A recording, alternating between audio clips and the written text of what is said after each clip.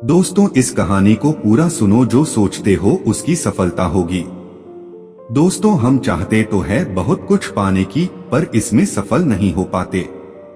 क्या कोई ऐसी तकनीक या विधा है जिससे कि हम जो पाना चाहते हैं उसे हासिल कर पाए? हाँ, एक ऐसी विधा है जिसका ज्ञान बहुत कम लोगों को है और 100% में से केवल 97% लोग ही इसे सीख पाते हैं। क्या आप उन 97% लोगों में से हो जो इसकी काबिलियत रखते हैं? आज ये कहानी आपकी आंखें खोल देगा और आपको असीम ज्ञान देगा जिसका उपयोग बहुत कम लोग ही कर पाते हैं। एक साधु घाट किनारे अपना डेरा डाले हुए था। वहां वह धुनी रमाकर दिन भर बैठा रहता और बीच बीच में ऊंची आवाज में चिल्लाता, जो चाहोगे सो पाओगे, जो चाहोगे सो पाओगे। उस रास्ते से गुजरने वाले लोग उसे पागल समझते थे। वे उसकी बात सुनकर अनुसना कर देते और जो सुनते वे उस पर हंसते थे।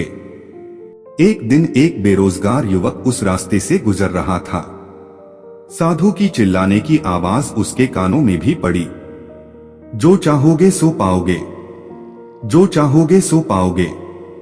ये वाक्य सुनकर वह युवक साधु के पास आ गया और उससे पूछने लगा, बाबा, आप बहुत देर से जो चाहोगे सो पाओगे चिल्ला रहे हो। क्या आप सच में मुझे वो दे सकते हो जो मैं पाना चाहता हूँ? साधु बोला, हाँ बेटा, लेकिन पहले तुम मुझे ये बताओ कि तुम पाना क्या चाहते हो। बाबा, मैं चाहता हूँ कि एक दिन मैं हीरों का बहुत बड़ा व्यापारी बनूं।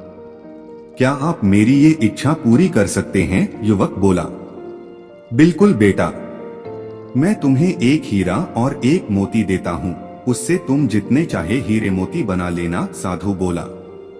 साधु की बात सुनकर युवक की आंखों में आशा की ज्योति चमक उठी। फिर साधु ने उसे अपनी दोनों हथेलियां आगे बढ़ाने को कहा। युवक ने अपनी हथेलियां साधु के सामने कर दी। साधु ने पहले उसकी एक हथेली पर अपना हाथ रखा और बोला, बेटा, ये इस दुनिया का सबसे अनमोल हीरा है। इसे समय कहते हैं। इसे जोर से अपनी मुट्ठी में जकड़ लो। इसके द्वारा तुम जितने चाहे उतने हीरे बना सकते हो। इसे कभी अपने हाथ से निकलने मत देना। फिर साधु ने अपना दूसरा हाथ युवक की दूसरी हथेली पर रखकर कहा, बेटा, ये दुनिया का सबसे कीमती मोती है। इसे धैर्य कहते हैं। जब किसी कार्य में समय लगाने के बाद भी वांछित परिणाम प्राप्त ना हो तो इस धैर्य नामक मोती को धारण कर लेना।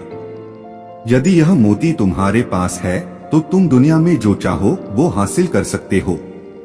युवक ने ध्यान से साधु की बात सुनी और उन्हें धन्यवाद कर वहां से चल पड़ा। उसे सफलता प्राप्ति के 2 गुरु मंत्र मिल गए थे।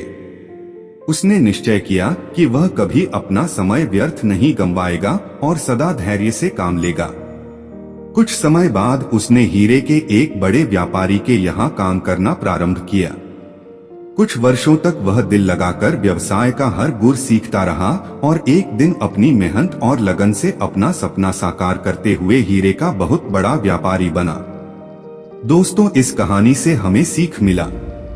लक्ष्य प्राप्ति के लिए सदा समय और धैर्य नाम के हीरे मोती अपने साथ रखें। अपना समय कभी व्यर्थ ना जाने दें और कठिन समय में धैर्य का दामन ना छोड़ें। सफलता अवश्य प्राप्त होगी।